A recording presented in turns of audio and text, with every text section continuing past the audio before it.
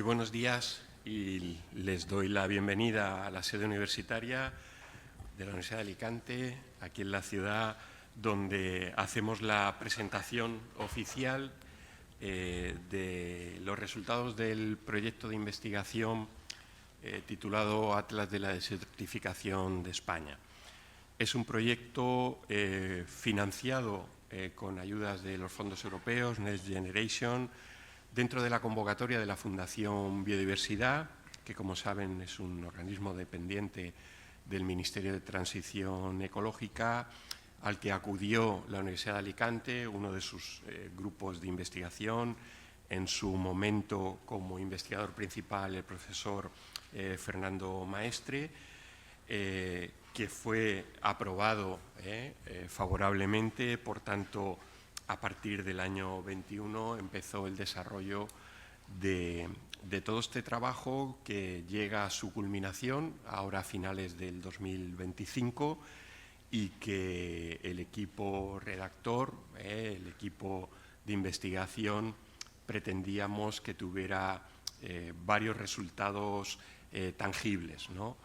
Por una parte, y ahora la mostraremos, una página web que ha sido un poco el órgano de expresión científica que ha tenido el proyecto durante todos estos años de duración del proyecto, los 3 años de duración del proyecto, donde se ha ido incorporando toda la información que iba saliendo del proceso investigador.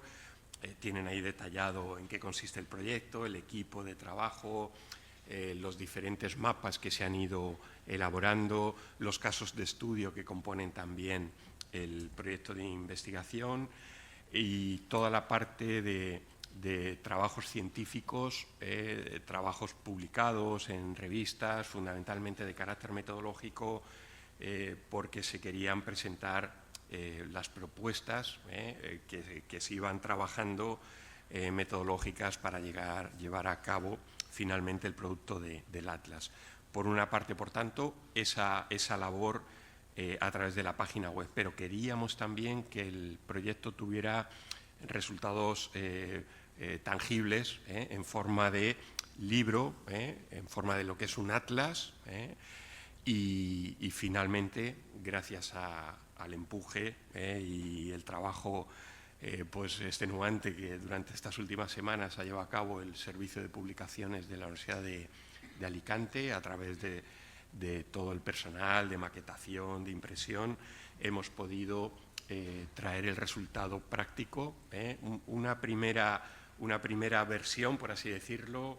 El Atlas ahora, después de la presentación de hoy, va a editarse, digamos, de otra manera, digamos con el mismo formato, pero va a merecer alguna revisión un poquito mayor de la parte de maquetación y edición, y será el próximo mes de diciembre cuando ya podrá verse en las estanterías de centros públicos, pero también comerciales, para poderlo adquirir.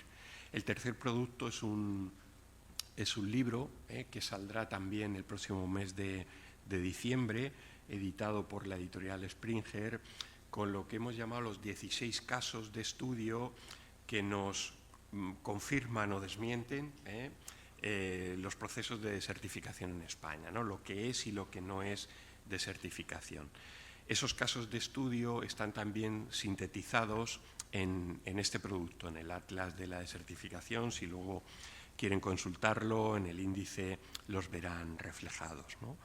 Bueno, eso ha sido un poco la tarea que durante estos años se ha llevado a cabo por el equipo de investigación. Como digo, inicialmente el profesor Fernando Maestre, que hace un poco más de un año decidió otro futuro académico profesional, y dejó a su equipo, aparte de su equipo que ya estaba en el Atlas, a los mandos del proyecto, y yo me incorporé también en ese equipo de trabajo como uno de los COIPes junto al profesor Martínez Valderrama, Jaime Martínez Valderrama, investigador ahora titular del Consejo Superior de Investigaciones Científicas. Como datos, bueno, de lo que supone este proyecto, por tanto, 2 coordinadores principales en esta etapa final, Jaime Martínez Valderrama y un servidor, Jorge Olcina, 8 investigadores principales que incluyen investigadores de diferentes ramas, todos ellos dentro del ámbito de lo que podemos entender ciencias ambientales, ecología, biología, digamos un elenco de personas, ¿no?, investigadores que llevan un bagaje de años trabajando en estas cuestiones y que se incorporaron al equipo de investigación. Dentro de ese equipo de investigación hay que destacar también la labor realizada por los cartógrafos, porque un producto de un atlas fundamentalmente son mapas, y nuestra intención era que hubiera mucho aparato cartográfico, mucho mapa, mucha lámina, que luego se ha ido comentando, explicando en el texto que acompaña al atlas. Por tanto, hay que destacar la labor que por una parte Juan Macintas y por otra Javier Martí Talavera han llevado a cabo de edición del atlas, junto con Emilio Virado, que es un poco la persona que ha aplicado toda la metodología para elaborar los mapas en concreto de certificación. Y luego, de los 16 casos de estudio, prácticamente 40 colaboradores, 27 de una manera muy directa, han ido elaborando esos 16 casos de estudio, como decíamos, que veíamos interesante integrar como una parte de bagaje científico para ir delimitando lo que podemos entender o no por desertificación. Quiero en estos momentos señalar nuestro agradecimiento como equipo investigador, Jaime y mío en concreto como IPES, en primer lugar al Instituto de Ecología de la Universidad de Alicante, Ramón Margalef, sin el cual pues, este proyecto no hubiera tenido acomodo, acomodo académico-administrativo, por así decirlo. A todo el personal, está aquí su directora, Susana Bautista. Gracias, Susana, porque acogisteis este proyecto y nos hemos sentido muy a gusto. Toda la parte de gestión económico-administrativa, que se pueden imaginar que en este tipo de proyectos es bastante, también se ha llevado a cabo con una eficacia y una amabilidad pues, que se agradece, ¿no? Cuando estás en un proyecto de investigación, lo que menos quieres es pues, tener que hacer mucho papeleo, ¿no?, de todo tipo, y es verdad que el Instituto Margalef ha sido un bálsamo en este sentido de trabajo bien hecho en todos los sentidos, ¿no? Por supuesto, a la Fundación Biodiversidad. Han sido 3 años de reuniones, de colaboración estrecha, de contacto muy continuado a través de correos electrónicos, de reuniones online, donde se iba poniendo de manifiesto las tareas que se iban llevando a cabo, las dudas que iban surgiendo y que la Fundación Biodiversidad ha ido resolviéndonos y gracias a ello pues, hemos podido llegar a este producto final. Por tanto, nuestro agradecimiento a la Fundación Biodiversidad y, por supuesto, al Ministerio de Transición, que está, digamos, en la trasera de todo esto, incentivando la investigación de base en materia ambiental en nuestro país, y prueba de ello pues, son todos estos proyectos que a través de convocatorias nacionales, del Plan Nacional o bien de la propia Fundación Biodiversidad van surgiendo. Poco más me queda decir a mí, salvo que ha sido realmente un placer trabajar con el equipo durante estos años. Saben que yo por mi trayectoria no me había dedicado específicamente a estas cuestiones, ¿no? Mi idea era aportar desde mi investigación más vinculada con el clima, el cambio climático, aquellos aspectos que pudieran ser de interés, pero termina uno aprendiendo de los que realmente saben, y muchos de ellos están aquí, del propio Fernando Maestre, que nos ha hecho el prólogo del Atlas, y sobre todo de Jaime Martínez, que ha llevado un peso fundamental en la elaboración, en el diseño final del trabajo del Atlas de la Desertificación de España. Quiero agradecer muy sinceramente y bueno, pues sabemos que las tareas, los trabajos que se van a cabo en los ministerios siempre son tremendos y abarcan todo el ámbito español. La presencia de Daniel Fernández, que nos acompaña esta tarde, de la Dirección General de Biodiversidad. Él tuvo interés de venir a la presentación de este trabajo, del resultado del Atlas, y junto con los representantes Ana Isabel de la Fundación Biodiversidad nos acompañan hoy y son un poco nuestro aval institucional, que agradecemos enormemente que está aquí en esta jornada de presentación. Sin más, yo le doy la palabra a Daniel Fernández, que nos va a presentar ideas muy interesantes sobre lo que es la tarea no solo ministerial o de la Dirección General, sino propuestas que España pensamos que tiene que llevar a cabo en esta temática. Gracias, Daniel. Pues muchas gracias, Jorge, y muchas gracias, Jaime.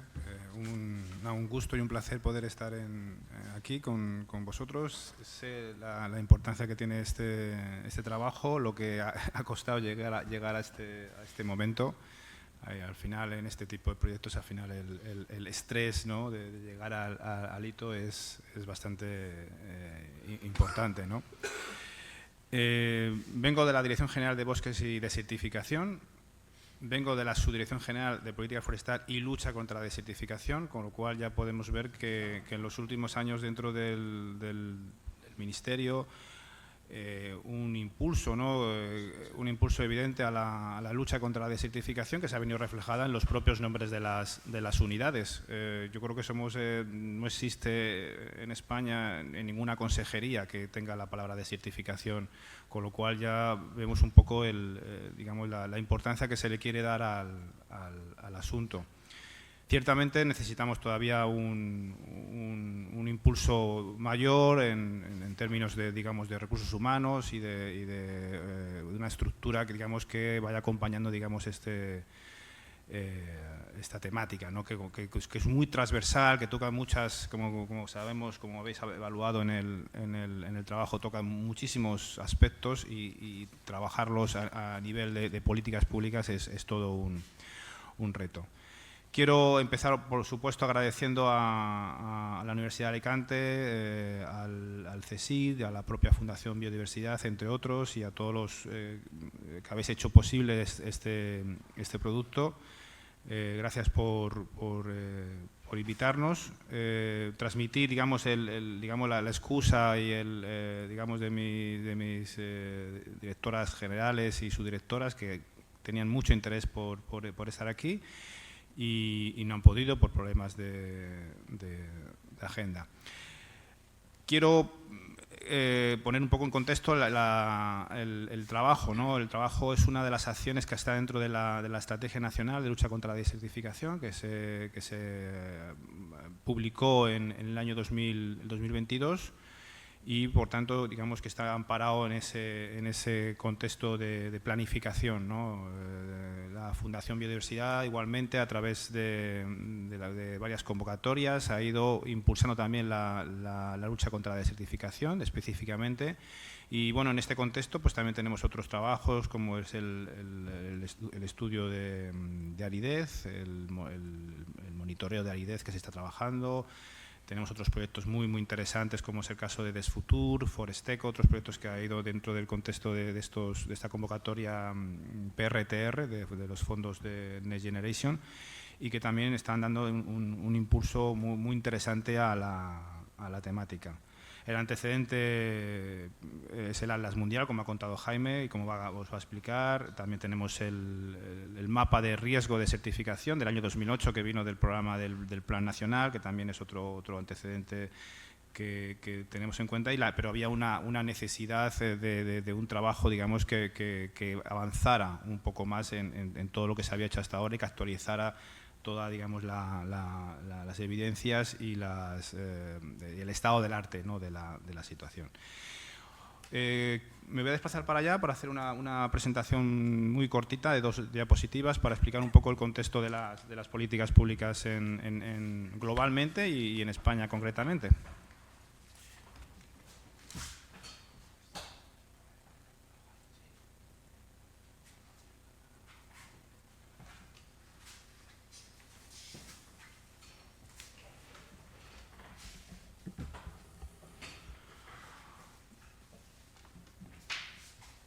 Bueno, pues nada, lo primero de todo, he hecho una secuencia histórica de algunos hitos que en España tienen que ver con la lucha contra la desertificación. La lucha contra la desertificación no es una cosa que haya empezado, digamos, ahora, sino que, bueno, pues se puede decir más o menos que desde finales del siglo XIX, principios del siglo XX, ya es una cuestión que se tuvo en cuenta en diferentes digamos, políticas, ¿no?, nacionales de lucha contra la erosión, de la protección de los montes y de los daños aguas abajo, y eso, bueno, pues se fue incorporando, por ejemplo, en el caso de los servicios de las divisiones forestales, dentro de lo que se llamaban las divisiones de hidrológico forestales. Luego el ICONA recogió todo aquel trabajo.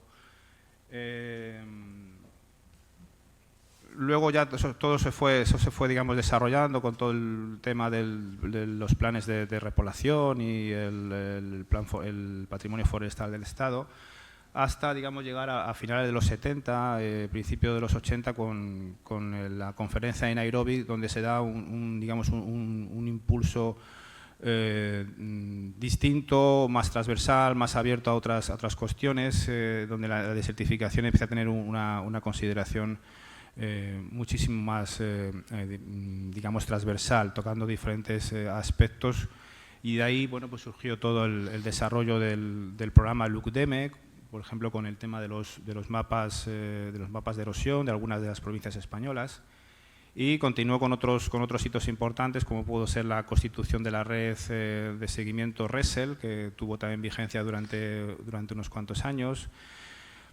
Eso no tuvo continuidad. Luego surgió el Inventario Nacional de Erosión de Suelos, que actualmente sigue vigente y que se sigue ejecutando.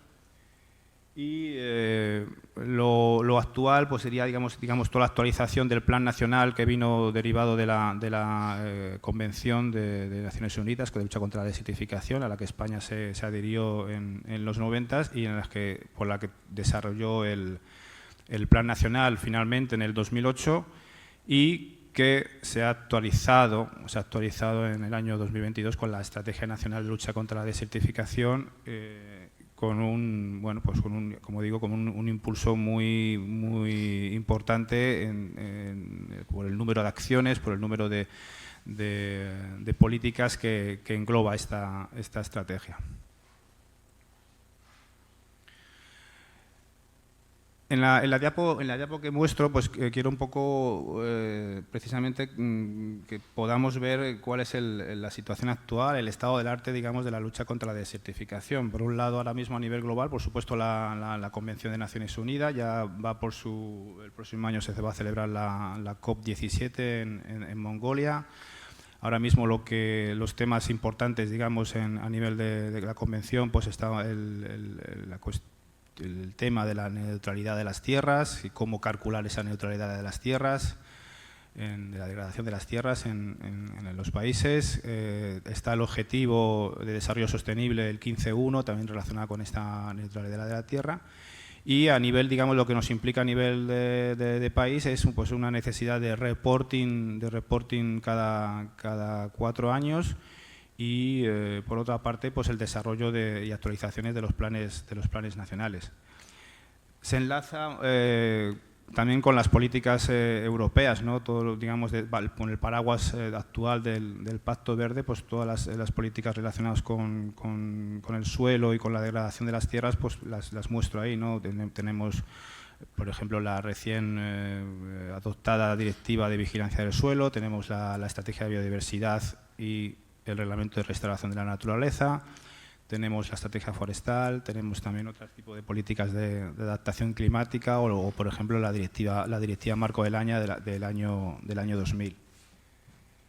A nivel nacional, pues ahí veo un poco las políticas, ¿no? Están ahí en forma de siglas y algunas de ellas probablemente ni sepáis un poco a qué se refieren. Pero bueno, la Estrategia Nacional de Lucha contra la Desertificación, tenemos la Estrategia Forestal Española y el Plan Forestal Español aprobado recientemente, también una nueva, digamos, después de 20 años o 30 años sin ese plan se actualiza, digamos, y en todos sus sentidos.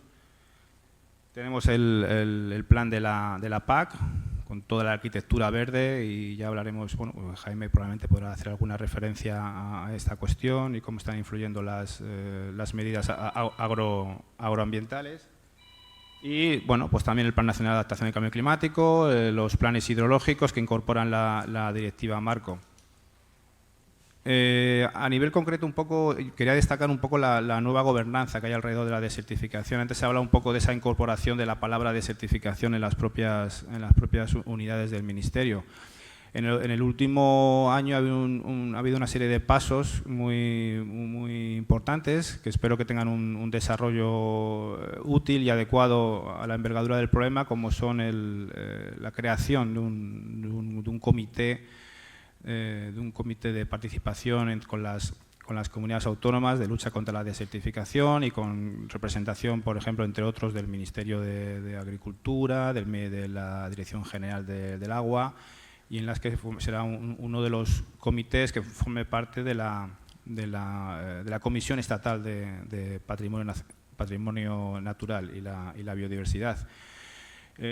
Otros elementos a destacar es la creación dentro de la estrategia también de una red de especialistas y red de centros de investigación, de certificación. Actualmente ya hemos registrado más de 260, digamos, centros de investigación en España que están abordando el problema y con los que queremos hacer una colaboración, digamos, desde ahora en diferentes ámbitos de la desertificación.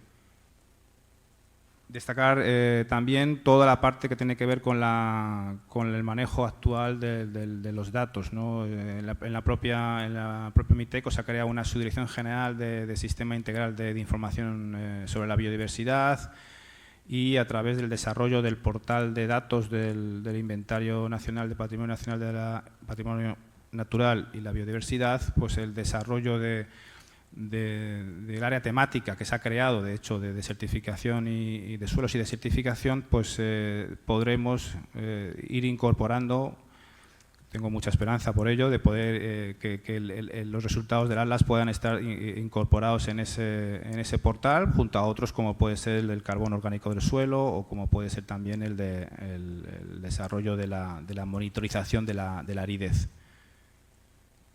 Y bueno, y nada, simplemente para terminar, pues algunas otras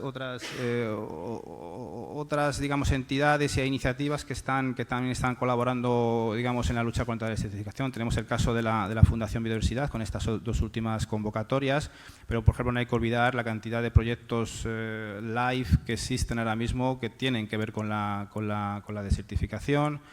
También la cantidad de proyectos PRTR en las líneas de restauración de la biodiversidad que tienen que ver con la lucha contra la desertificación, o otros trabajos, por ejemplo, también que tienen que ver con el desarrollo de la custodia del territorio, ¿no? También es bastante sorprendente la cantidad de entidades que también están trabajando ya con propietarios privados en el ámbito agrario, en el ámbito forestal, en el ámbito de los humedales, por ejemplo, en definitiva, también para la lucha contra la desertificación.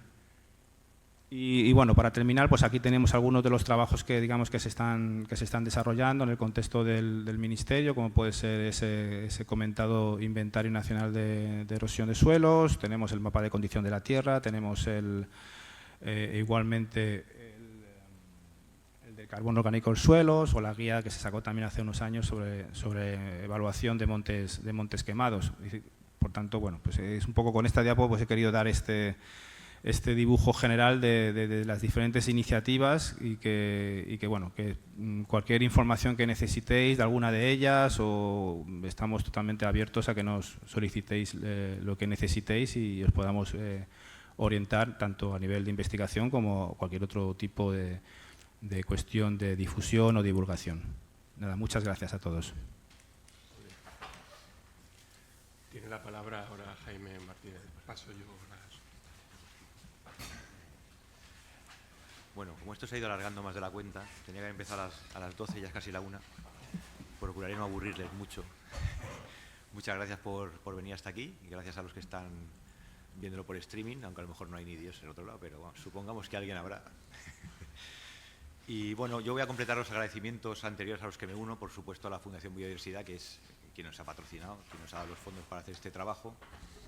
Pero bueno, me gustaría destacar también otras instituciones que han participado de primera mano, por supuesto el Consejo Superior de Investigaciones Científicas, el CSIC, a través de varios institutos, el mío, la Estación Experimental de Zonas Áridas, pero también el CEBAS, que está en Murcia, el Instituto de Agricultura Sostenible en Córdoba, el IBNA en Tenerife y otras instituciones como la Universidad de Extremadura o la Universidad de Castilla-La Mancha.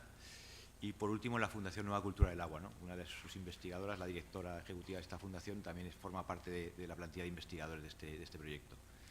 Y luego, como decíamos, nosotros buscamos un producto visual, no voy a decir entretenido porque quizás eso sea demasiado, pero que al menos no sea un ladrillo de leer, ¿no? Porque sea una cosa un poco amable, un texto más o menos fácil, que pueda leer casi cualquier persona. Y por eso, bueno, creo que ahí es fundamental la labor del Servicio de Publicación de la Universidad de Alicante, ¿no? Que ya teníamos experiencia con ellos y no, vamos, trabajan muy bien y creo que han logrado tener un producto visual, una cosa bonita, ¿no? También era para nosotros importante el papel, cosa que está en nuestra sociedad cada vez como se lee menos, ¿no? Y siempre se va al PDF, pero tener una cosa en papel, sobre todo si un atlas, nos parecía prioritario. En este sentido también es muy importante la labor de la ilustradora que ha trabajado con nosotros, que empezó con colaboraciones puntuales, pero casi ya es parte de nuestro equipo totalmente, ¿no? Que es Isabel Sáez. Entonces, ella ha trabajado mano a mano con el Servicio de Publicaciones, con nosotros, y realmente hubo una fase del proyecto, aunque todas estas trabas burocráticas que nos decía Jorge, ¿no? Que la parte de la administración, pues más o menos solventa, no siempre lo consigue porque la carga burocrática es cada vez mayor en la investigación. Pero bueno, hay fases que se disfruta mucho. Yo recuerdo esta última fase en agosto ahí, que la cosa era durísima y veíamos que no llegábamos. Y estamos casi en un mano a mano con Juanma, con Javier, con la ilustradora, con Jorge aquí para allá, y rehaciendo cosas. Me imagino que ellos dirían, joder, otra vez ahora quiere cambiar el color de este marrón, no le gusta, quiere otro marrón y no sé cuántos, y ahora el verde no me gusta y venga. Pero fue una fase que realmente se vio las ganas de participar de la gente, ¿no? Y cómo es este trabajo científico, ¿no? Donde tú dices, no es que son las 3, yo me tengo que ir, adiós. No, hemos trabajado los sábados, los viernes por la tarde, en agosto y cuando ha sido necesario, ¿no? Luego es verdad que hay otras fases más liberadoras, pero la ciencia es la parte buena y mala que tiene, ¿no? Que es muy difícil desconectar completamente, pero te permite trabajar en general con la gente que quieres trabajar y eso es muy importante. Entonces, bueno, pasando más allá de los agradecimientos, vamos a ver si empezamos a entrar en materia y hablamos de desertificación. Vamos a hablar de qué es desertificación y de qué no es desertificación, que es algo en lo que yo he empeñado ya varias décadas. Y recurriendo a lo que decía Mark Twain, que eso me gustó mucho, de un investigador que se llama James Reynolds, que siempre sacaba este dicho se atribuye a Mark Twain. Dice, cada vez que me lo explicas lo entiendo menos. O sea, es realmente uno tiene la sensación de que no llega a ningún lado. Y no es tan complicado, creo yo. Pero normalmente sigue atribuyendo a la desertificación en España y en todo el mundo este tipo de imágenes que veis aquí, ¿no? En concreto en España se utiliza mucho el desierto de Tabernas o se dice que la desertificación es el avance del desierto, el Sáhara, y cuando hay calimas más todavía, ¿no? Claro, la desertificación no tiene nada que ver con eso. De hecho, diría algo un poco más concluyente. Los desiertos se pueden desertificar. O sea, no están desertificados. Alguna parte sí, pero otra no. Porque la desertificación es algo bastante más complejo que todo eso. Pero es tan complejo que hay decenas de definiciones. Entonces, nosotros hemos utilizado para hacer este atlas la definición de la Convención de Naciones Unidas de lucha contra la desertificación, pero un poquito edulcorada, porque cada uno que trabaja en esto no le gusta la definición que hay exactamente. Entonces hemos añadido una cosita más, muy relevante, pero que nos parece conceptualmente interesante, ¿no? Entonces la desertificación, según esta convención, esta definición, que digamos que es la oficial, dice que es la degradación de las zonas áridas, semiáridas y subhúmedas secas como consecuencia de variaciones climáticas y esto es lo complicado, actividades humanas. De esos paisajes que veíamos ahí, no hay actividad humana, o apenas hay actividad humana. Esas geoformas del desierto de Tabernas surgieron hace 10 millones de años y son procesos de erosión naturales, como consecuencia de unas lluvias muy fuertes, de un sustrato muy endeble, y entonces se forman esas cárcavas. Hasta el punto de que esas geoformas se llaman badlands, malas tierras o mal país, se ha traducido en español. Y se llaman mal país porque nosotros tendemos a nombrar las cosas desde nuestro punto de vista humano. Son mal país porque no se pueden utilizar. Porque por ahí no se puede pastorear, porque es muy complicado ir con los rebaños por ahí, y porque no se pueden cultivar. Entonces, si no se puede hacer nada de eso, no hay actividad humana. Con lo cual eso no podrá haber sido degradado de forma natural, pero no hay degradación. Entonces, esto es importante porque lo que es desertificación y lo que representan más paisajes de desertificación, que además se han especificado en el Programa de Acción Nacional de lucha contra la desertificación en España en el año 2008, y eso ha seguido, son las siguientes imágenes, ¿no? Eso sí es más desertificación, que justamente nos podría parecer algo bueno, ¿no? Ver en un paisaje árido una mancha verde, podríamos decir, oye, esto está muy bien, hemos conseguido aquí implementar un bosque, un regadío, y puede estar bien hasta cierto punto, depende cómo utilicemos los recursos. Pero si nos empeñamos constantemente en sacar más de lo que hay, que es lo que hacemos en nuestra sociedad, constantemente más, un poquito más, en unas zonas áridas que se caracterizan porque llueve muy poco y se evapora mucho agua, lo que ocurre es que generalmente causamos degradación, y esta vez sí por actividad humana. Lo que ocurre en esos almendros, y ocurre en muchos olivares y en muchos cultivos liñosos, es que también desde nuestro punto de vista antropogénico, las hierbecillas que crecen por ahí las llamamos malas hierbas, porque compiten con lo que hemos puesto nosotros ahí, por el agua. Nos están quitando kilos de almendras o kilos de aceitunas, por lo tanto, esas malas hierbas hay que quitarlas. Y hay que remover el terreno para que cuando llueva se empape bien. Entonces, ¿qué ocurre? Que ese tratamiento del suelo lo que provoca son episodios de erosión. Y se pierde mucho suelo y se forman esas cárcavas. Esas cárcavas sí son de origen antropogénico y sí son de desertificación. En el otro caso, ¿qué ocurre? Pues que utilizamos un recurso invisible, como son las aguas subterráneas. Entonces, aparentemente en superficie va todo muy bien. Y llegamos a este tipo de milagros o efímeros muchas veces, donde hay una productividad tremenda, porque hemos conseguido añadir el ingrediente que faltaba en las zonas áridas, que tienen mucha luz y mucha sol y son muy potencialmente productivas, y cuando les añades agua, entonces realmente eso produce. Pero si eso lo haces mucho tiempo, a partir de un acuífero que no se recarga lo suficientemente rápido, el acuífero se vacía o se deteriora desde el punto de vista químico, ¿no? Se contamina. Entonces, ahí hay desertificación, ¿no? Entonces, estas son las ideas que han guiado nuestro atlas. Ha sido muy importante para nosotros meter el componente hídrico, y eso es lo que nos va a dar, como veréis, cifras de desertificación muy altas para las que normalmente se han barajado. Pasa de por favor. Pasa más, no sé, ahí debe haber algún... así. Bueno, ¿por qué hacemos este proyecto? ¿Por qué pedimos este proyecto a la Fundación Biodiversidad? Bueno, porque ha habido muchos intentos por cartografiar este problema. Es una de las primeras cosas cuando hay un problema, es ver dónde ocurre, cuál es su magnitud, dónde está situado, ¿no?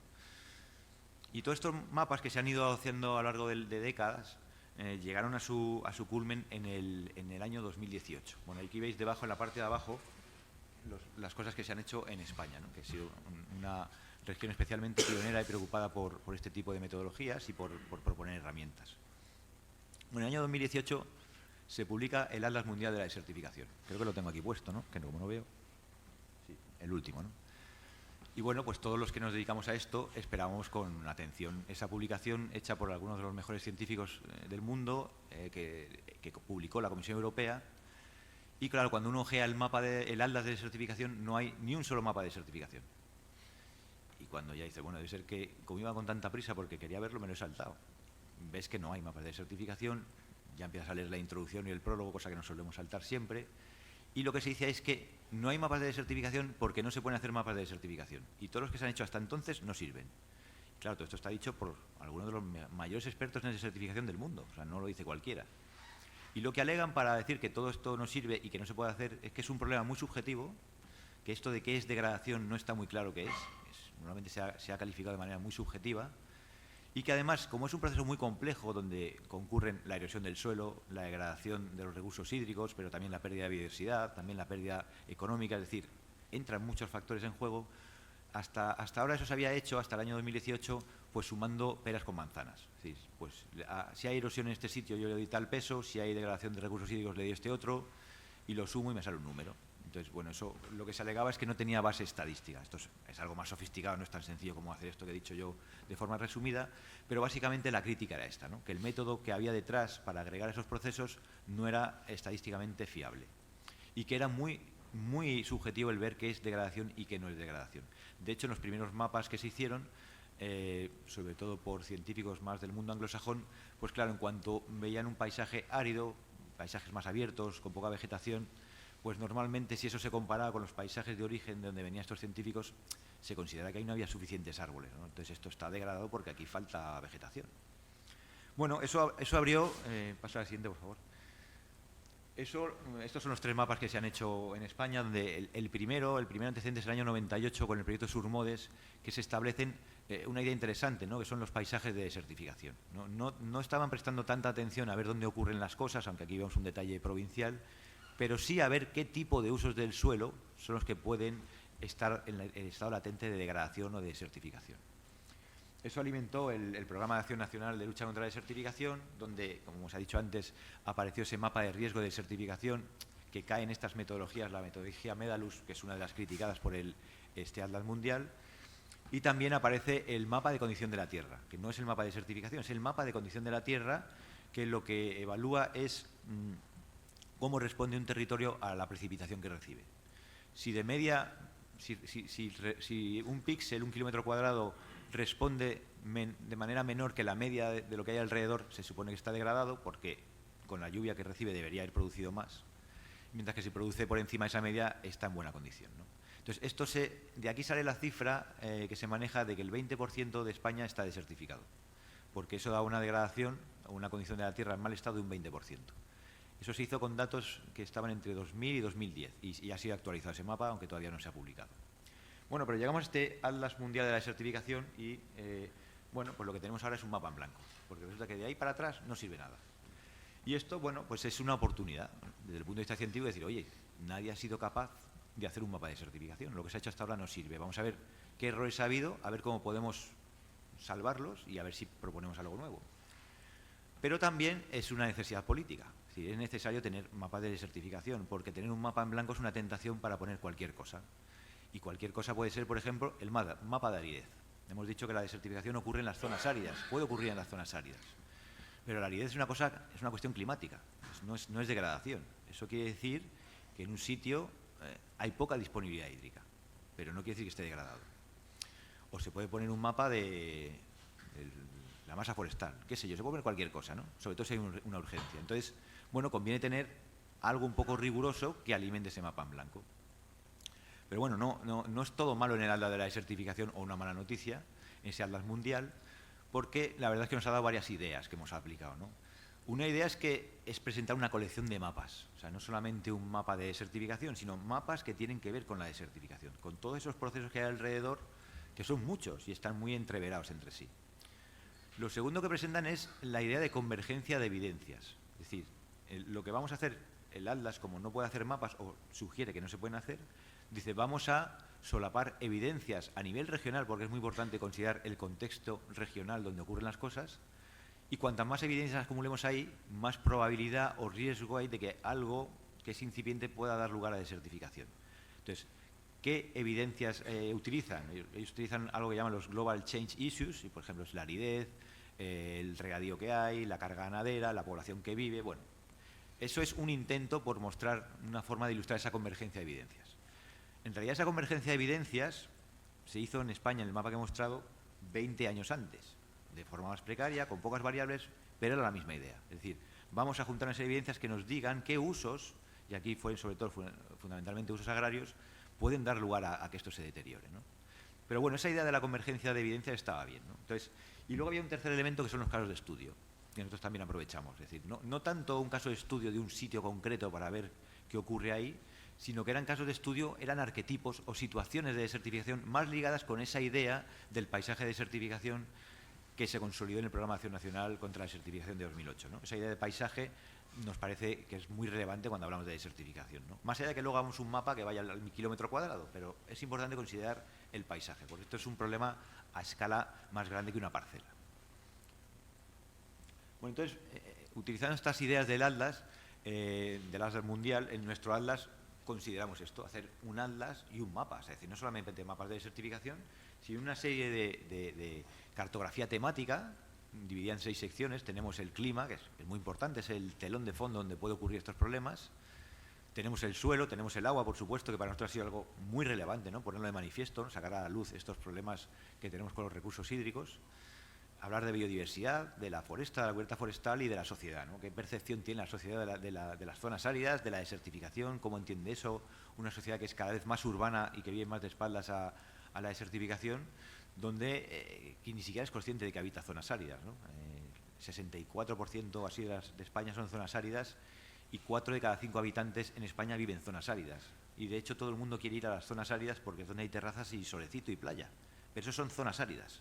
No son solo los campos así con arbustos, polvorientos, no. Alicante es una zona árida. La segunda parte era el propio mapa de desertificación, ¿no? Más allá de abanderar todo esto de qué interviene o qué no interviene, el propósito fundamental científico del proyecto era hacer una metodología que salvase esa parte de subjetividad, de qué es degradación y qué no es degradación, y esa forma de sumar peras con manzanas que había. ¿Cómo hacemos eso, no? Y ahora explicaré cómo lo hemos hecho, siendo conscientes de que probablemente pasemos a engrosar la lista de fracasos de mapas de desertificación. Pero bueno, había que intentarlo. Y la tercera parte son 16 casos de estudio, inicialmente eran 8, eran 16 casos de estudio donde diversos colaboradores, unos 40, pues nos han dado su visión de distintas parcelitas que tienen que ver más o menos remotamente con la desertificación, ¿no? Aquí en la sala hay algunos de ellos. Entonces, eso es muy importante, nosotros eso lo hemos titulado como el laberinto de la desertificación, en el sentido de que entender qué es y qué no es desertificación es absolutamente crucial para poder abordarla, ¿no? Si seguimos con esa concepción de que nos invade el desierto, pues lo que se ha hecho sobre todo en países que tienen desiertos grandes, ¿no? En China o en el Sáhara, o en países que tienen parte en el Sáhara, es plantar murallas de árboles para que no avance el desierto y pararlo ahí, ¿no? Bueno, normalmente esos árboles acaban debajo de las dunas o se secan porque no se pueden regar. Entonces, eso es una visión un poco echar el problema afuera, ¿no? Eso es como si nos vaya a caer un asteroide o fuese un terremoto y fuese algo inevitable. Entonces, no es algo inevitable, es una cuestión que tiene que ver en la gestión del territorio, cómo gestionamos los recursos que tenemos. Es un problema endógeno, no exógeno. Y en eso se insiste mucho en esta obra, ¿no? Entonces, bueno, aquí mostramos algunos de los 66 mapas que hemos hecho relacionados con la desertificación. La mayor parte de ellos son mapas que ya existían. Entonces, lo que nosotros hemos hecho aquí es intentar enhebrarlos con una narrativa que vaya relacionando todo esto con la desertificación, ¿no? Y hacer ver cómo todas estas temáticas, producción de alimentos, agricultura de regadío, agua, incendios forestales, todo eso tiene mucha relación con la desertificación y otros problemas medioambientales, ¿no?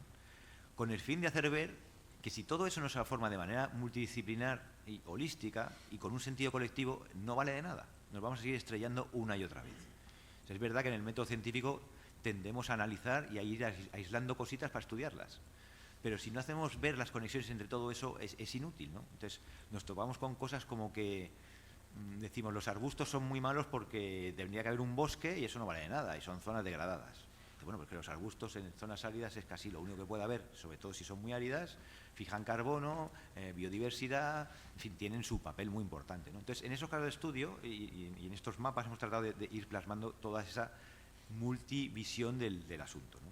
Es verdad que habíamos hecho algunos mapas novedosos que no estaban y hemos estado tentados de hacer más, pero claro, al final tenemos plazos, que entregar proyectos y de hecho cuando empiezas a procesar datos y a generar ideas y a hablar con varios, pues se te van ocurriendo cada vez más cosas, ¿no? Por eso consideramos que esto pues puede tener continuidad, ¿no? Si conseguimos nuevos proyectos de investigación, claro, si no será un hobby. ¿Qué mapas nuevos hemos hecho? ¿Qué mapas relevantes? Bueno, a mí uno que me llamaba siempre mucho la atención es el que hemos dicho antes de población en zonas áridas, ¿no? Porque siempre que se presenta la desertificación a nivel mundial se dan dos cifras. ¿Cuántas son las zonas áridas? ¿Qué porcentaje ocupan? Que a nivel mundial es cerca del 50%, es una cosa que va avanzando. A nivel español es el 66-67%. ¿Y cuánta población vive? Ese dato siempre lo encuentras cuando estudias la desertificación a nivel mundial, como un dato introductorio de muchos papers, ¿no?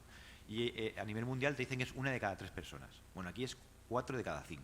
Entonces nos interesaba hacer un mapa de eso, para ver dónde estamos viviendo y sobre todo qué tendencia hay, ¿no? En los últimos 30 años se ha incrementado un 25%, un 26% la población que vive en zonas áridas. O sea, cada vez estamos metiendo más presión a esas zonas áridas. Otro mapa interesante, que además hemos sacado bueno, como sabéis, en los proyectos científicos estamos medio obligados a ir sacando papers que vayan contabilizando en otros campos, ¿no?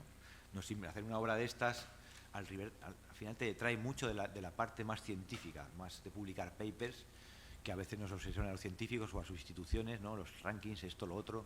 Bueno, algunas cosas han salido y uno en concreto que nos ha parecido interesante, No es que nos ha parecido interesante por el impacto que ha tenido en los medios de prensa, pues es un trabajo de hace muy poco, que es la huella hídrica y la huella de carbono, pero en este caso nos interesa sobre todo la huella hídrica del desperdicio alimentario. Entonces, nosotros hemos utilizado datos del Fondo Español de Garantía Agraria para ver los datos oficiales de frutas y hortalizas que se tiran a la basura antes de entrar ni siquiera en la cadena comercial, ¿no? Son 500.000 toneladas los últimos 5 años o 6. Y supone una huella hídrica tremenda, ¿no? Son 36 hectómetros cúbicos cada año. Siendo solo la parte, digamos, oficial. Sabemos que hay mucho más porque algunos estudios de campo o algunas noticias en la prensa nos hacen ver que eso es mucho mayor, ¿no? Baste decir que el año pasado se tiraron aquí en la provincia de Alicante 100.000 toneladas de limones, que solo eso son 41 hectómetros cúbicos. Solamente eso. Yo me preocupé de mirar si eso estaba incluido en el FEGA. Justo en el año, cuando pasó la noticia no estaba todavía, esperé que pasara el año 2024 y dije, voy a ver cuántos limones se han tirado en la provincia de Alicante. Bueno, eso como dio la noticia decía 100.000 toneladas, en el FEGA ponía 120 toneladas, en total todo el año. O sea, eso es un mínimo. Porque el FEGA solamente recoge los datos de los agricultores que declaran eso para recibir una subvención por bajos precios. Es decir, entonces ese era otro dato o un mapa interesante que nos parecía, ponía de manifiesto ciertas cosas, ¿no? Esa parte más de la sociedad, de en qué utiliza el agua, para qué utilizas esto para regar limones, para tirarlos, pero que es un trasvase que te traiga esos 41.000 hectómetros cúbicos. O sea, poner de manifiesto ese tipo de contradicciones. Y otro mapa, por citar el último, que nos ha parecido interesante, que no esperamos en ningún momento, ¿no? Fue con la contribución en el episodio de ver las calimas, ¿no? Y hacer ver que esto de las calimas no es desertificación. Es un problema, sobre todo respiratorio, pero no es desertificación. Pero ahí lo que emergió fue una cosa interesante, y es que son las emisiones de polvo agrícola en España, que han aumentado muchísimo en los últimos años. Y eso es una manera de ver de manera indirecta cómo descubierto están los campos de cultivo y la cantidad de aire, de suelo que se va al aire desaparece, ¿no? Se lo lleva el viento para allá. Entonces, esos han sido 3 mapas propios del Atlas, pero como digo, la mayor parte son mapas que ya existían. Lo que ha sido unirlos, darles cierto sentido. Y bueno, llegamos a la parte del mapa de certificación. Sí, bueno, pero ¿qué habéis hecho vosotros y qué os da, ¿no? Nosotros lo que hemos utilizado es cómo no, en la época en la que estamos, inteligencia artificial, pero realmente un método que lleva mucho tiempo, ¿no? Que es el Random Forest y del cual yo no soy experto ni mucho menos, por eso contamos con expertos en distintas cuestiones, ¿no? Realmente cuando uno coordina este tipo de cosas cada vez va siendo más consciente de que no tiene idea de casi nada. Pero bueno, vas teniendo un poquito de aquí, un poco de allá, pero cuando alguien te habla de matorrales como Santi, dices, pues es que no tengo ni idea. Cuando alguien te habla de acuífero, dices, pues sé un poco, pero me falta. Es importante coordinar todos estos aspectos, pero bueno, necesitas tener en un problema tan multidisciplinar a mucha gente de muchas cosas, ¿no? Entonces, bueno, pues alguien como Emilio Guirado, de KAUST, ahora está en KAUST, ha estado en la Universidad de Alicante mucho tiempo, pues nos hace este modelo, participa con nosotros. Vamos, obviamente esto no es algo que se haga de manera aislada, sino que tiene mucha participación para ver cómo funciona eso, ¿no? Pero ¿qué nos ha permitido esta herramienta? En primer lugar, intentar reducir ese grado de subjetividad, con esa idea de evidencias que decía el Atlas, ¿no? Entonces, nosotros lo que hemos hecho es entrenar un algoritmo a partir de evidencias de degradación oficiales. Es decir, vamos a ver qué tiene los ministerios que hay en España que pongan que está degradado, de verdad, reconocido. Entonces hemos utilizado una serie de evidencias que sabemos que son mejorables, que se pueden incluir otras, que se puede hacer de otra manera. Pero bueno, había que empezar, ¿no? Entonces hay evidencias como, por ejemplo, el mapa del estado de aguas subterráneas de España. Es un mapa que está calculado el Ministerio. Dice, todos estos acuíferos están hechos polvo. Están sobreexplotados, tienen intrusión marina, están contaminados. Entonces es una evidencia de degradación que hasta ahora nadie había considerado. ¿Por qué? Porque la parte mala de trabajar en ciencia y en inglés y en español es que a veces las traducciones no son muy finas. Y cuando hablamos de land degradation en inglés, se habla de degradación de la tierra. Y eso de la tierra se queda como la tierra, como un puñado de tierra que hacen así, ¿no? Pero land es más complejo que tierra. Land es territorio. De hecho, la propia convención te lo aclara en su artículo. Dice, land se refiere a todo esto. Se refiere al suelo, se refiere a la biodiversidad, se refiere a las plantas que hay ahí, al agua subterránea, en fin, es un compendio muy largo, ¿no? Entonces, claro, las aguas subterráneas no habían aflorado en todo esto. Entonces, ese mapa era muy importante. Otro mapa importante, el estado de los humedales, muy relacionado con las aguas subterráneas. Muchos humedales están muy tocados porque las aguas subterráneas están sobreexplotadas. Otra parte fundamental, el mapa de condición de la tierra que antes citábamos, pero el actualizado, ¿no? Y eso, un equipo de la Estación Experimental de Zonas Áridas del CSIC, que lidera Gabriel del Barrio y Marieta San Juan, pues han actualizado ese mapa. Entonces lo hemos utilizado ahí también. Y en el cóctel hemos metido, en el cóctel de evidencias de degradación, pues los indicadores con los que España informa a Naciones Unidas, a la Convención, de cómo están las cosas en desertificación. Y hay un indicador muy importante que es el carbono orgánico del suelo. Entonces, si eso disminuye, el suelo es que está degradado, en la otra parte, otro elemento del suelo. Entonces, ese algoritmo lo que va aprendiendo es lo que está degradado y lo que no está degradado, de la manera más objetiva posible. Siempre hay un grado de subjetividad aquí, porque decir, uy, ¿por qué no has incluido otra evidencia como esta? Porque la desconocía a lo mejor, porque yo no sabía ese tema. Es imposible liberarse completamente del grado de subjetividad, porque no tiene una formación, unos contactos, conoce una gente, no tiene todo el control absoluto, ¿no? Pero bueno, al menos se lima un poco y metes una serie de evidencias reconocidas por la sociedad que son degradación. Entonces, ¿cómo era la siguiente parte? ¿Cómo sumamos peras con manzanas? Bueno, pues no vamos a sumar. Lo que vamos a hacer es que vaya aprendiendo este algoritmo qué está degradado y qué no está degradado en función a una serie de drivers, como pues la aridez, el uso del suelo, el regadío que hay, en fin, una serie de cuestiones. Entonces, con eso hemos llegado a un mapa de degradación de la tierra, de degradación del territorio. Porque hemos querido distinguir lo que es la degradación de lo que es la desertificación. Cuestión siempre muy polémica en las convenciones y que es complicadísimo, ¿no? de hacer explicar. Entonces, y aquí me tengo que poner las gafas, que hemos llegado a este punto de perder la vista. Claro, en España nos sale que el 43% está degradado, según nuestra metodología, que son 218.000 kilómetros cuadrados. Están degradados, según este algoritmo que hemos implementado, que se podrá refinar y se podrá hacer mejor. Pero el 43% es el doble del último dato que había, que era el 20%. Lo que pasa es que no está fuera de rango de los datos que se dan a nivel global, que siempre es un número que fluctúa entre 20 y 40%. Es verdad que entonces esos datos ya los pongo en duda porque salen de metodologías que han sido criticadas precisamente, ¿no? Pero bueno, sale el doble y la explicación para mí básica es que hemos metido el agua especialmente. No nos hemos quedado solamente con la tierra, con la condición de la tierra o el carbono o la erosión. Hemos metido los recursos hídricos.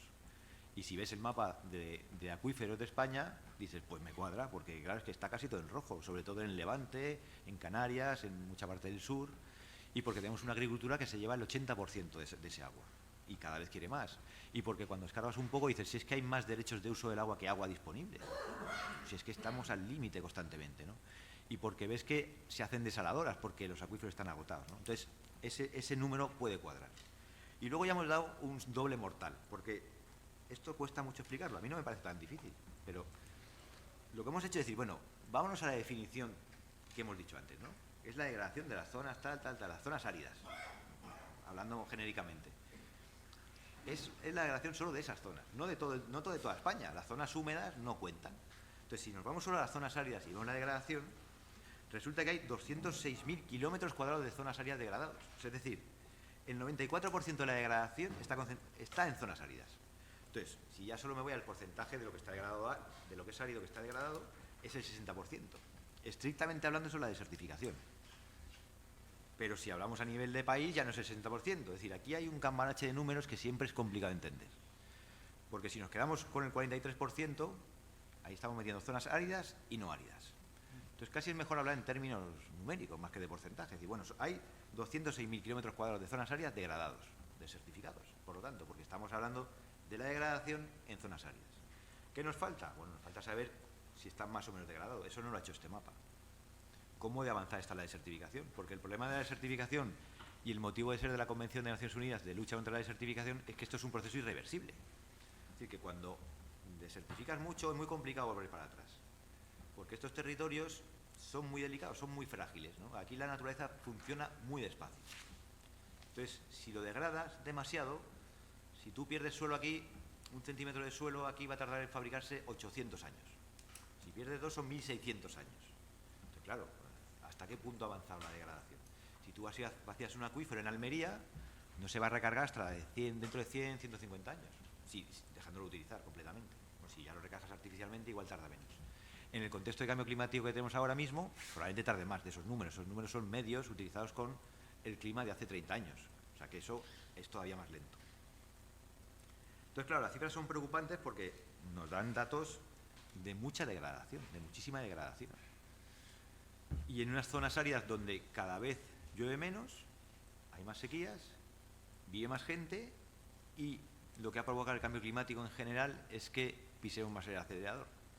Como las cosechas van fallando más porque llueve menos, se tiende a poner más en regadío, no menos, sino que se hace todo lo contrario. Pero claro, ¿quién dice, no reguéis más, que esto va a peor? Dice, bueno, yo riego y ya veremos el siguiente que puedo hacer. Entonces, estas son las cifras que nos salen en nuestro mapa, donde, bueno, pues se pueden, por supuesto, mejorar, afinar, utilizar otras evidencias, pero esto es nuestro dato y creemos que fundamentalmente este dato tan alto del 60% se debe a que se ha considerado los recursos hídricos y estamos hablando estrictamente de las zonas áridas, o sea, del 65% del país, más o menos.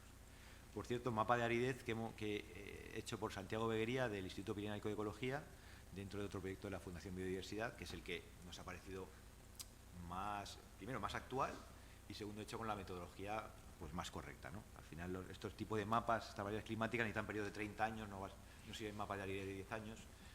Y lo que vemos al final es que otra conclusión que hemos visto, un efecto colateral, es que claro, depende del mapa de aridez que utilizas, te sale un número u otro. Y esto pasa mucho. Si tú ves mapas de aridez a nivel mundial o a nivel estatal, eso cambia bastante y está cambiando constante. Y además está cambiando, ¿no? Por primera vez en España tenemos zonas hiperáridas en Lanzarote. Antes no había hiperáridas. Y eso también es lo que hace que se confunda a veces con esa expansión del desierto. Eso está enfrente del Sáhara y cada vez es más árido y es hiperárido. En esas zonas hiperáridas viven 100.000 personas. O sea que no imaginemos que estos son sitios vacíos que no hay nadie. En esas zonas hiperáridas de Canarias hay 100.000 personas viviendo, consumiendo agua que obviamente sacan de desaladoras, porque ahí ya el acuífero que había ya no queda nada hace mucho. Bueno, y por último, la parte de casos de estudio ha sido la más entretenida, ¿no? Porque aquí ha habido que interaccionar con mucha gente, ha habido que intentar darle un formato que yo no he acabado contento del todo en el sentido que estoy evolucionando por el camino. El formato es culpa mía, no del Servicio de Publicaciones, sino que se dieron una serie de instrucciones siguiendo esa inspiración del Atlas Mundial de la Desertificación, ¿no? De hacerlo muy visual, hacerlo con fotografías, con dibujos, que, como he dicho al principio, que no fuese un ladrillo, que sea una cosa que sea amena de leer, que sea interesante, ¿no? Entonces, bueno, aquí ya, claro, cada maestrillo tiene su librillo, cada científico... Hay científicos que le cuesta mucho despegarse de la redacción meramente académica, a otros les cuesta menos. Entonces aquí hay una disparidad, pero hemos dejado un poco libertad de movimiento, cada uno haga lo que quiera, con ciertas limitaciones de espacio y un mínimo de presencia gráfica, ¿no? Y bueno, aquí tenemos cosas que van desde el clima, un capítulo que ha hecho Jorge, ¿no? De hacer ver que las sequías no son desertificación, pero son una parte importante de esas variaciones climáticas, hasta cuestiones relacionadas con los incendios forestales, donde el hecho de crear paisajes cada vez más propensos al fuego pues es un problema, como hemos visto este verano. A su vez eso puede desembocar en graves problemas de erosión. También hemos visto también hace poco, a continuación, las lluvias torrenciales con un teñido de gris todos los ríos. Pero bueno, también nos hace ver el autor de ese capítulo, que es uno de los investigadores de la Universidad de Castilla-La Mancha, Manuel Esteban Lucas Borja, como que los incendios son naturales también. O sea, hay un régimen natural de incendios. Los incendios han ocurrido en el ámbito mediterráneo, son necesarios y tienen ciertas labores, ciertos efectos buenos, como eliminar plagas, como el hacer que ciertas semillas germinen porque necesitan fuego. O sea, ahí se entreveran cosas naturales y cosas de manejo inadecuado. Y bueno, aquí tenemos cosas de lo más dispar. Hablamos de las calimas, hablamos de la agricultura intensiva de regadío, del papel de la tecnología, de cómo la tecnología a veces lo que hace es puentearnos las señales de escasez, las señales de alarma que está dando un territorio y las ignoramos porque tenemos tecnología. Y un poco la idea final de las conclusiones es cómo hacer ver de prestar atención a estas señales, ¿no? Intentar revertir la forma que tenemos de tratar el territorio. Si un suelo nos está diciendo que no tiene nutrientes, que cada vez necesita más fertilizantes, que ahora hay que poner una valla aquí porque se va el suelo, bueno, es que igual hay que hacer las cosas de otra manera. Es que igual en un terreno de una pendiente de 25% no puedes labrarla y cultivar ahí, porque es que en algún momento se te va a ir. O cómo está cambiando la agricultura en el sentido de que a veces tenemos la imagen de que el agricultor o puede ser el culpable de esto, o una imagen más romántica del pequeño agricultor. Bueno, lo que está pasando con la agricultura es que se está tecnificando, que cada vez está en manos de gente que no son agricultores en realidad. En este caso extremo son fondos de inversión, que no es que tengan mala intención, pero juegan con información probablemente sesgada, y que bueno, su leitmotiv es la rentabilidad en el corto plazo. Entonces yo voy aquí, pongo un olivar súper intensivo, donde ya había un olivar en regadío de 200 pies por hectárea, y ahora meto 2.000 pies por hectárea, y pese a que se está diciendo con ese ritmo de extracción se va a sacar el acuífero, bueno, a los 10 años se seca y dice, yo creo que voy a hacerme a otro sitio. Y entonces ahora ese negocio que yo he creado, que sí me ha dado unas cifras a nivel luego provincial, sale grandes cifras del negocio agrícola, tiene un peaje para toda la sociedad. O sea, haberse cargado ese acuífero significa que si se nos vienen mal dadas, no va a haber agua para beber. Y bueno, la solución parcial es construir una desaladora. ¿Pero quién paga la desaladora? ¿El que ha vaciado el acuífero? No, la paga el Estado. Paga el Estado con impuestos de todo. O sea, esto de la desertificación no es que esté el paisaje peor, que desaparezca no sé qué especie. Esto significa que la sociedad en su conjunto cada vez tiene un coste más alto para hacer las cosas. Cada vez es más caro producir y además, aparte de que es más caro, esto va echando del negocio a ciertos agentes que no pueden asumir la constante modernización, ¿no? Esto es lo que hemos llamado la uberización de la agricultura. O sea, cada vez hace falta producir más con menos. ¿Cómo se hace eso? Metiendo tecnología. Pero esa tecnología se la puede permitir el que tiene mucho músculo financiero. Tú no puedes estar innovando de un año a otro. Y si tienes que estar innovando de un año a otro, ¿qué vas a hacer? Excavar un pozo ilegal de agua, tener trabajadores en negro y no pagarles prácticamente nada, hacer lo que sea porque tienes unas deudas impresionantes con las que nos puedes tratar, ¿no? O sea, esto tiene un peaje social y ambiental muy importante, ¿no? Y es lo que ha querido poner de manifiesto esta obra a base de, bueno, que sea divulgativa pero sin perder el rigor científico. Y bueno, ya para terminar, un poco por cerrar, la siguiente. No, pero la siguiente, ya lo he hecho yo para que salga la misma. Bueno, pues sí, pues tenemos claro que esto es mejorable. Claramente es mejorable. Claramente hay que ir ahora esta pieza es un poco para empezar a aportar soluciones y ese mapa de desertificación hay que empezar a ver en cada sitio qué ocurre, ¿no? Entonces, para esto es importante retomar la idea de los paisajes de desertificación y actualizarlos. No olvidemos que esos paisajes se hicieron, he dicho que fue una cosa pionera, pero se hicieron con datos del año 90. Entonces ha cambiado mucho el cuento.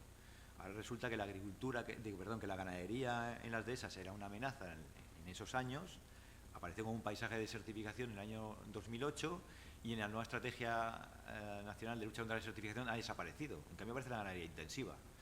Pero eso entramos ya en un mundo donde dice desertificación, degradación. ¿Qué ocurre con la ganadería intensiva?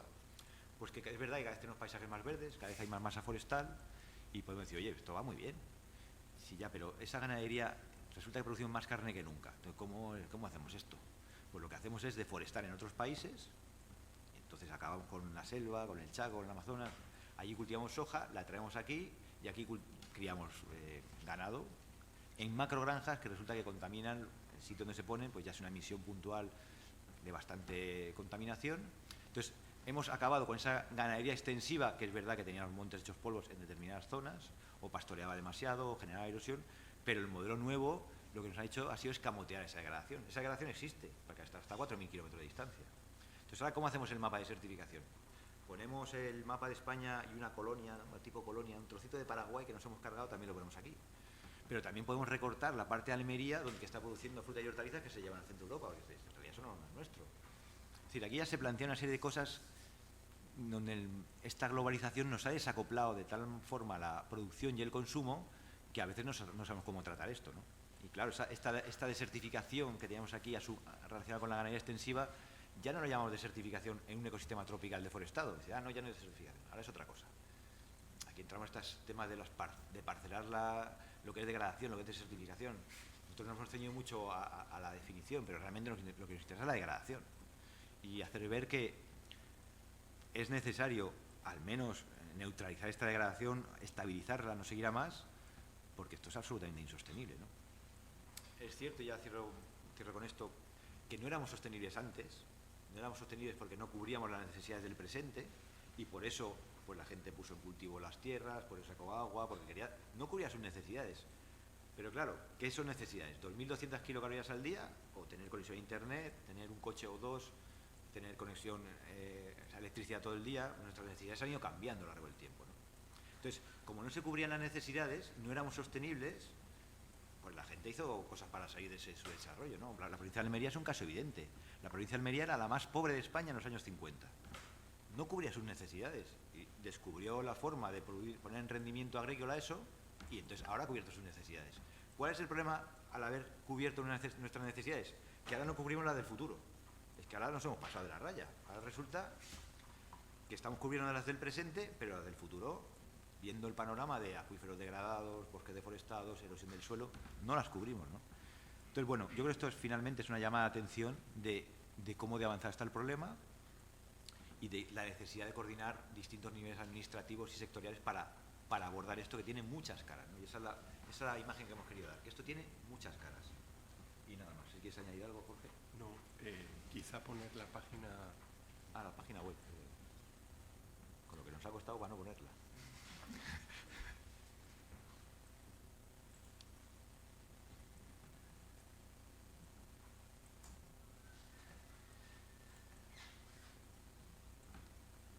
Sí, porque ha sido una de las obligaciones que contrajo el proyecto era que toda esta información tiene que estar disponible y la mejor manera era tener una página web, ¿no?, de donde descargar toda esta información. Entonces, en esa página web está el atlas en PDF, se puede descargar, y todos los mapas del proyecto de forma individual. Y luego también están los 16 casos de estudio, que tiene cada uno su paginita, y bueno, pues los artículos que se han ido generando, difusión en distintos medios. No solamente hemos hecho artículos puramente científicos, sino que nos hemos preocupado por hacer artículos más divulgativos, ¿no?, en medios como pues, The Conversation o blogs de difusión científica, y desde ahí se puede acceder a todo ello. Es una página que está colgada en Alicante, en la Universidad de Alicante. Sí, se van cargando los diferentes mapas. Y en la página web encontráis toda la información. Como os decía Jaime, está también el propio atlas en un formato digital, porque era un compromiso que teníamos, ¿no?, dentro del marco del proyecto, y siempre en todas las publicaciones y demás hemos insistido en la fuente de financiación, que como veis pues es el Ministerio, la Fundación Biodiversidad, los fondos europeos, tanto en la página web como en los formatos, digamos, ya editados, digital y papel. Bueno, poco más, no sé si ahora tenemos unos minutillos, si queréis, para preguntar alguna cuestión o hacer algún comentario. Si no lo hacéis no pasa nada, ¿eh?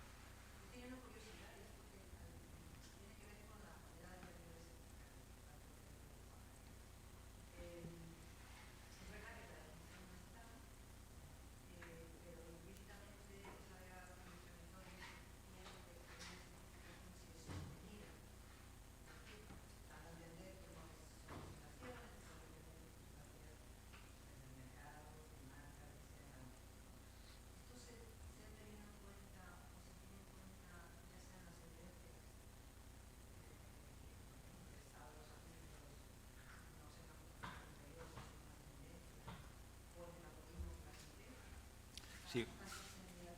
Sí, bueno, como decía Reynolds, ¿no?, las variables lentas, ¿no?, el hecho de la inercia. Bueno, las evidencias que hemos utilizado, ya su propia metodología al hacerlo considera que ha pasado un tiempo, es decir, que están reflejando procesos largos de deterioro, no son cuestiones puntuales. O sea, los acuíferos que hemos considerado que están degradados llevan muchos años degradados, no es que de repente entra y salga uno, ¿no? El mapa de condición de la Tierra ocurre lo mismo. Lo que utilizan son periodos de 10 años para evaluar lo que ha pasado en esos 10 años. A su vez, nosotros hemos utilizado el siguiente periodo, con lo cual confirma el anterior, es decir, son casi 20 años. Y los indicadores que utiliza la Convención, especialmente el del carbono orgánico del suelo, claro, eso es una cosa de largo plazo, no pasa de un día para otro. Pero claro, ese matiz es muy relevante, porque no estamos poniendo que de repente se degrada una cosa y entonces se ha desertificado. O sea, la desertificación se caracteriza porque le cuesta mucho, como he dicho antes, volver para atrás. Entonces, claro, si un acuífero entraba degradado, volver para atrás le va a costar mucho, sobre todo si sigue habiendo regadío encima, ¿no? Entonces sí, nosotros creemos que en estas evidencias ya consideran esas variables lentas, ¿no?, de largo recorrido. Sí.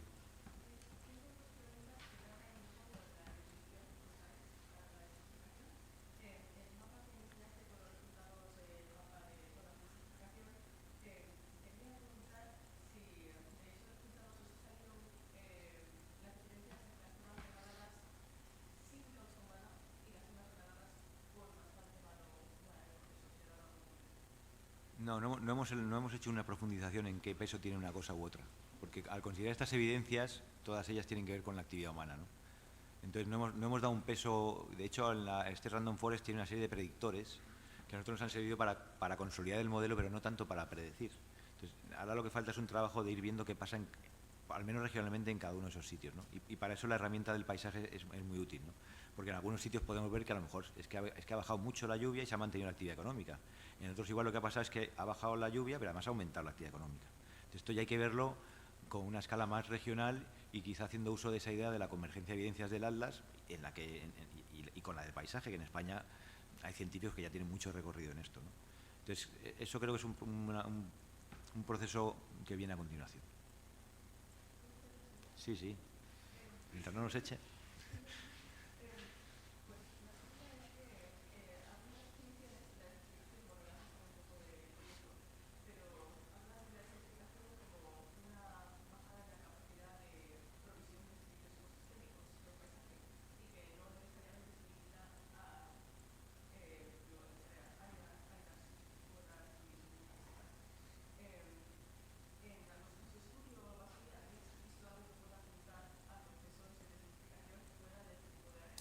Bueno, por eso hemos hecho los dos mapas, el de degradación, que está fuera de las zonas áridas, y específicamente el de desertificación, que es simplemente poner una máscara de zonas áridas al de degradación. Entonces dices, bueno, esto es desertificación.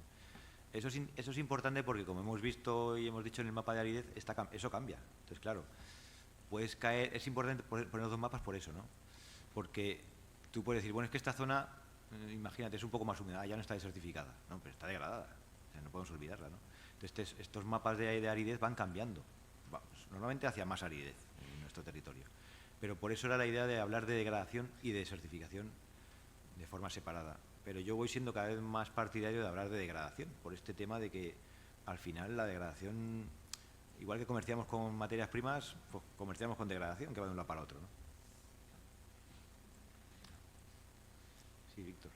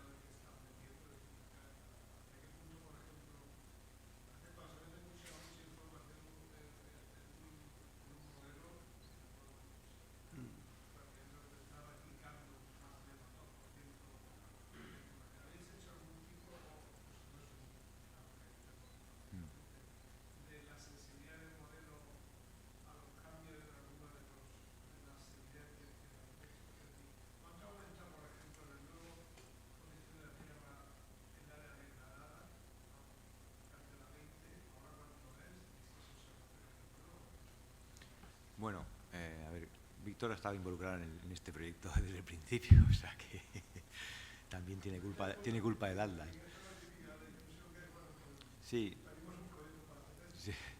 No, nosotros lo que tenemos es un mapa que sale, es uno de los mapas del capítulo del mapa de certificación del coeficiente de varianza según los predictores que utilices. Para eso sí lo hemos hecho, pero no para las evidencias que utilices.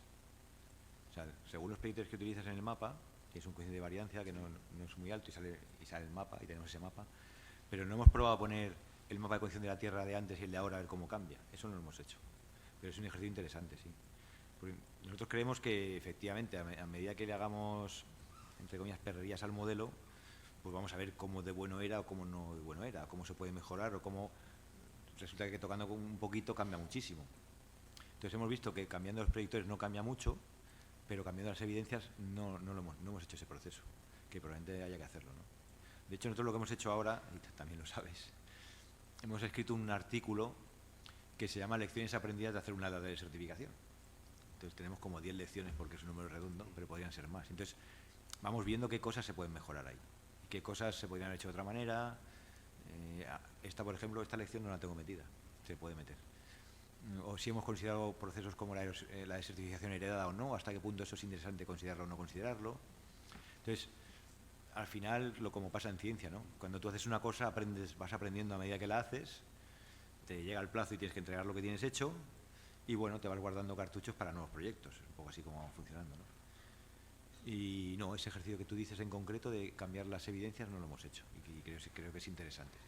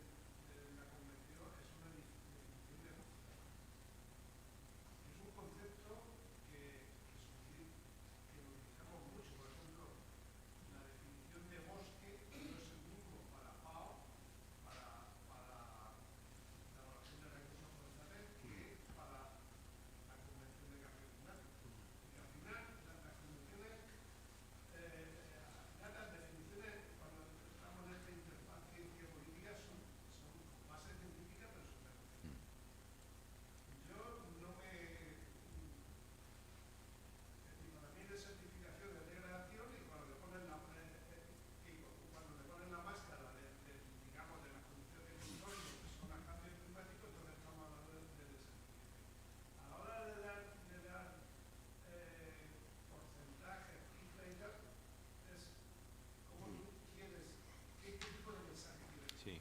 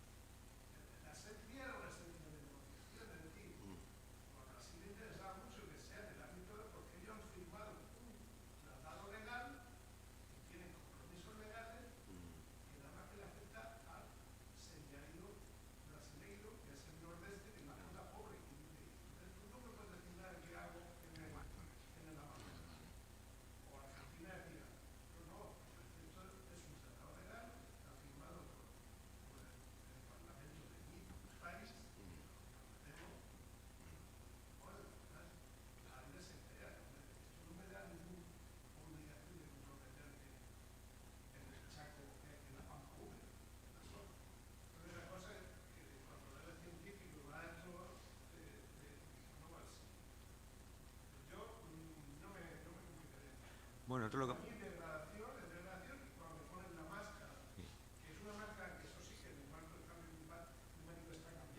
Claro.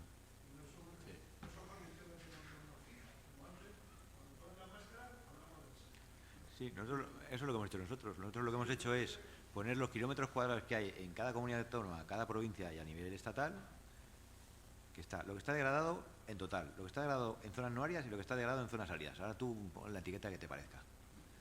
Y con la máscara de aridez concreta, que es la última que hay y la más actual. Que luego puedes poner otros mapas de aridez, esto llamarlo así. De hecho, ahora con los medios de prensa eso ha sido muy confuso, ¿no?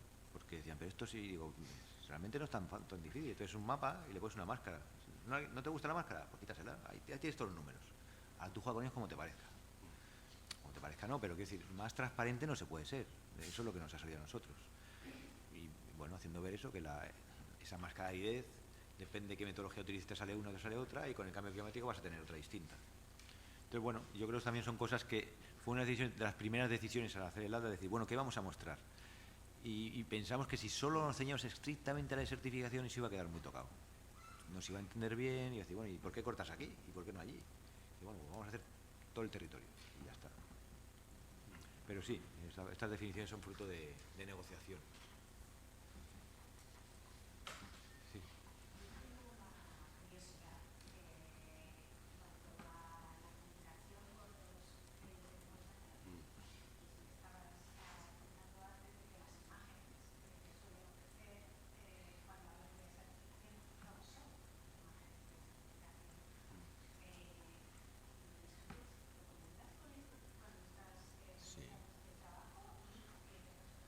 No, claro, sí. La primera diapositiva que les hemos puesto ha sido esa, del desierto. Hemos hecho la misma aclaración. Les he puesto el desierto de Tabernas, el desierto del Sáhara y 2 paisajes.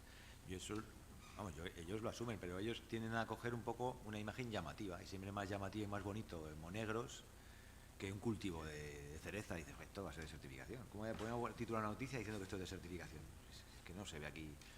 Bueno, cuando ponen las de Cárcava de los olivares son más llamativas.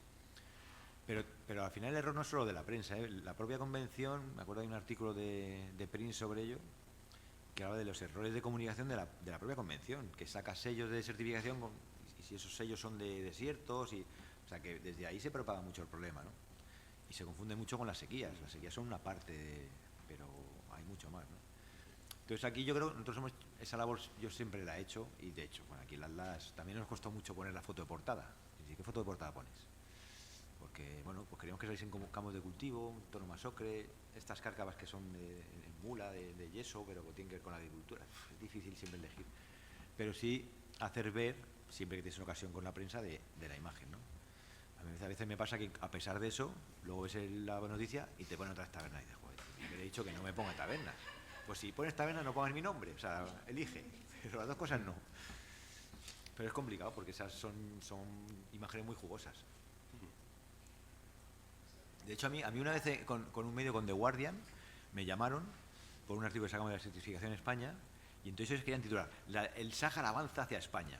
Y yo le dije, nosotros no decimos eso en el artículo. Y dice, entonces no te lo publico la noticia. Y dice, pues no la publiques. Es que no decimos eso. Pero bueno, no podemos pensar en un campo de imágenes que sean impactantes, que sean. Sí.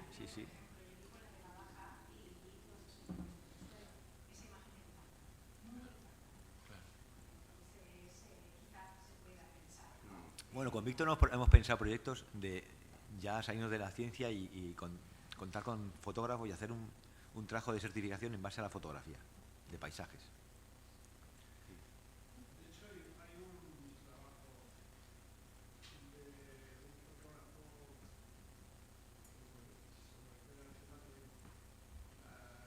del paisaje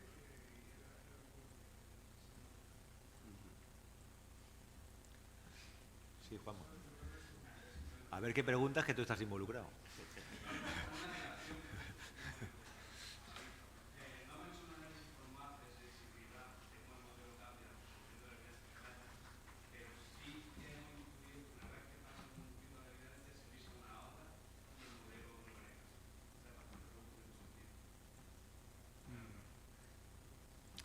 Es que Juanma está en los engranajes, en las ruedas dentadas del modelo, está ahí.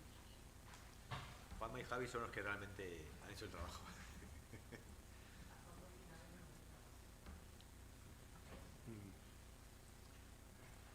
Sugerencia de Jorge. Sí. Está en mula.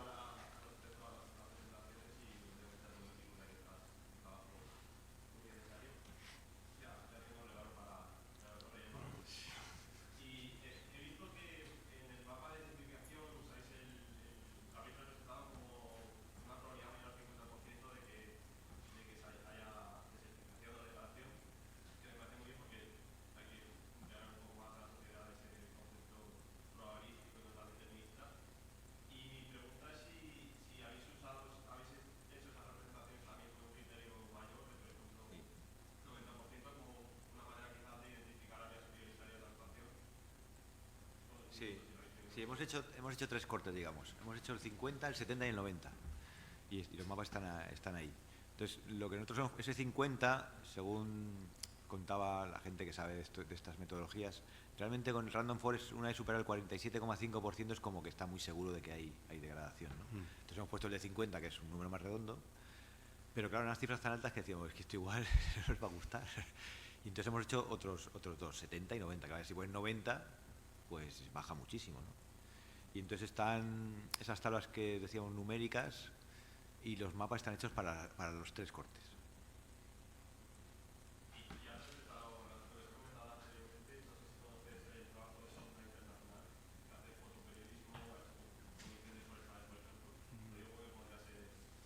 Interesante.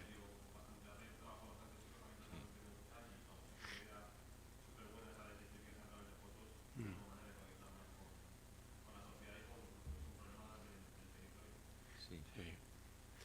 No, nosotros hemos hecho, desde la parte de geografía, analizamos los libros de texto de secundario y bachillerato en la temática de cambio climático, riesgos y demás, ¿no?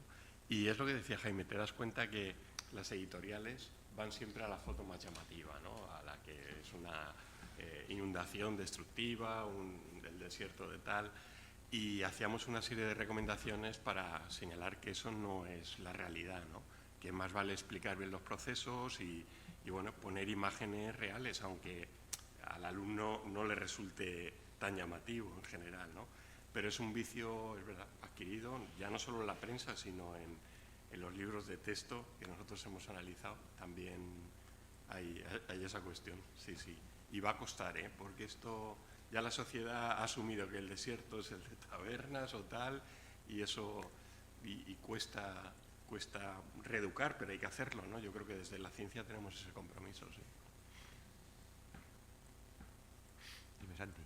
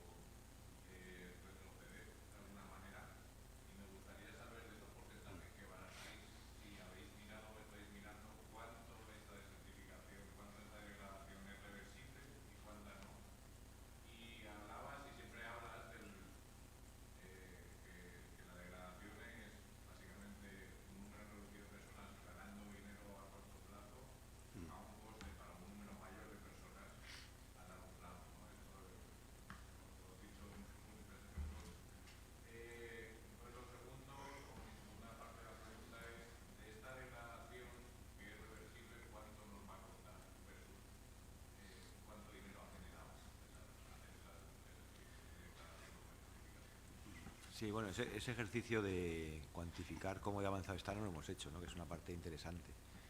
Respecto a esa concentración cada vez en menos manos de la actividad agraria o de los beneficios de la actividad agraria, bueno, es algo que ocurre en todo. O sea, todo tiende a concentrarse en pocas manos. Pocos productores de móviles, pocos productores de chips, y en la agricultura también pasa. Entonces, esto es un proceso que estamos viendo de concentración que está pasando en la ganadería y en la agricultura. Todavía España es un sitio muy diverso, con muchos tipos de territorio, de agricultores, y no es que sea todo así, pero sí vamos viendo una tendencia claramente hacia eso, ¿no? Entonces nosotros no, eso es un ejercicio interesante que planteas, ¿no? De calcular, pero se han hecho algunos estudios, por ejemplo, en la pérdida de vida útil de los embalses.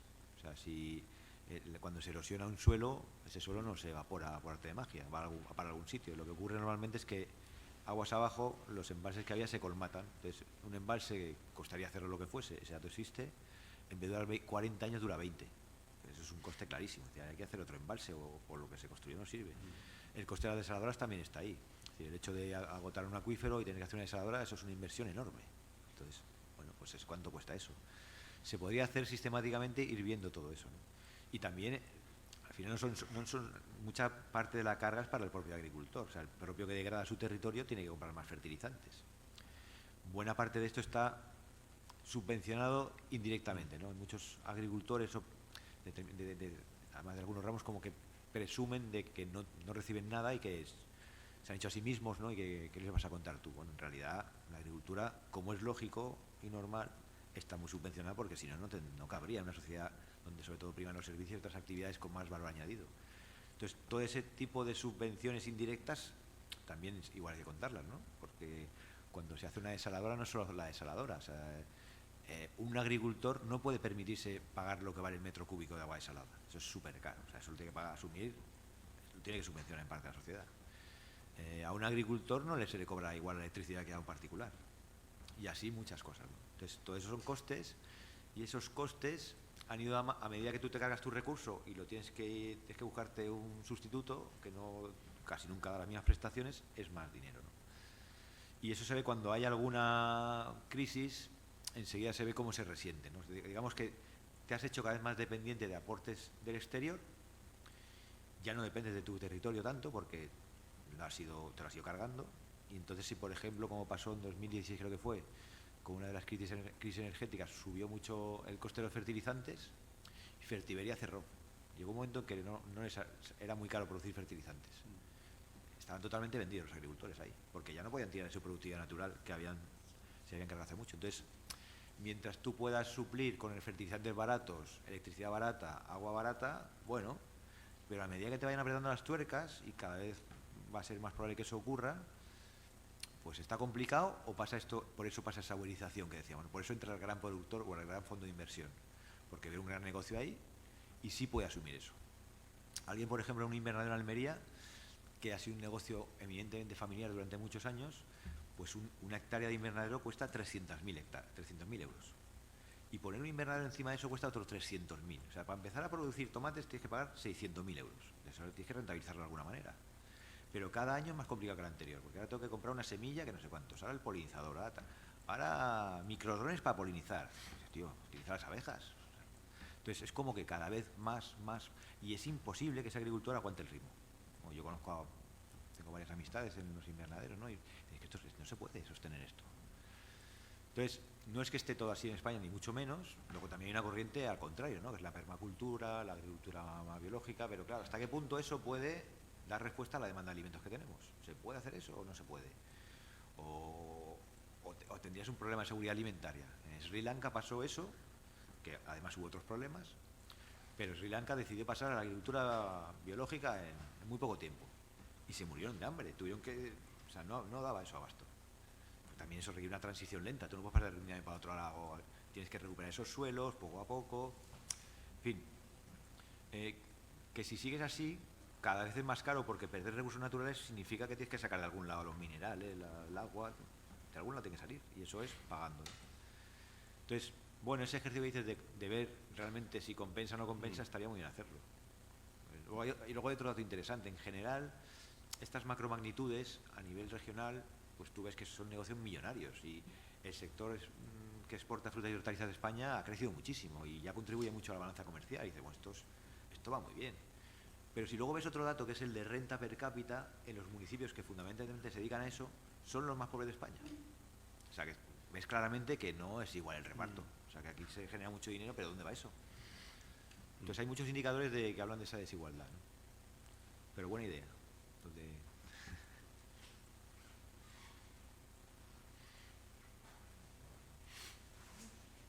Bueno, pues, si os parece...